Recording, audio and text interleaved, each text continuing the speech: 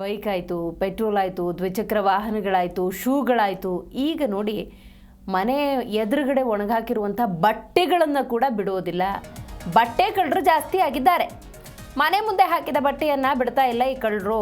ಬೆಂಗಳೂರಿನ ಹುಚ್ಚನ್ಸ್ ರಸ್ತೆಯಲ್ಲಿ 2ನೇ ಕ್ರಾಸ್ನಲ್ಲಿ ಘಟನೆ ನಡೆದಿದೆ.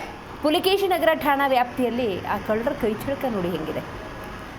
ಬೈಕ್ನಲ್ಲಿ ಬಂದು ಒಣ ಹಾಕಿದ ಬಟ್ಟೆಯನ್ನೇ ಎಗರಿಸ್ಕೊಂಡು ಹೋಗಿದ್ದಾರೆ. ಬೈಕ್ ಮುಂದೆ ಸ್ಮೈಲಿ ಸ್ಟಿಕ್ಕರ್ ನಂಬರನ್ನು ಅಳಿಸಿದ ಪ್ಲೇಟನ್ನು ಹಾಕಲಾಗಿದೆ. ನೋಡ್ತಾ ಇದ್ದೀರಿ, ದೃಶ್ಯದಲ್ಲಿ ಗಮನಿಸಬಹುದು. ಇವಾಗ ಹೆಂಗಾಗ್ಬಿಟ್ಟಿದೆ ಅಂದರೆ ಬೆಂಗಳೂರಿನಲ್ಲಿ ಪರಿಸ್ಥಿತಿ ಅಯೋಮಯ. ಏನು ಬೇಕಾದರೂ ಹೊರಗಡೆ ಇತ್ತು ಅಂತ ಹೇಳಿದ್ರೆ ಕದ್ಕೊಂಡು ಹೋಗ್ಬಿಡ್ತಾರೆ ಅಂತ ಕಳ್ಳರ ಸಂಖ್ಯೆ ಕೂಡ ಜಾಸ್ತಿ ಆಗಿದೆ. ಒಣಗಿ ಹಾಕಿದಂಥ ಬ್ರ್ಯಾಂಡೆಡ್ ಬಟ್ಟೆಗಳನ್ನು ಕದ್ದುಕೊಂಡು ಹೋಗ್ತಾ ಇದ್ದಾರೆ.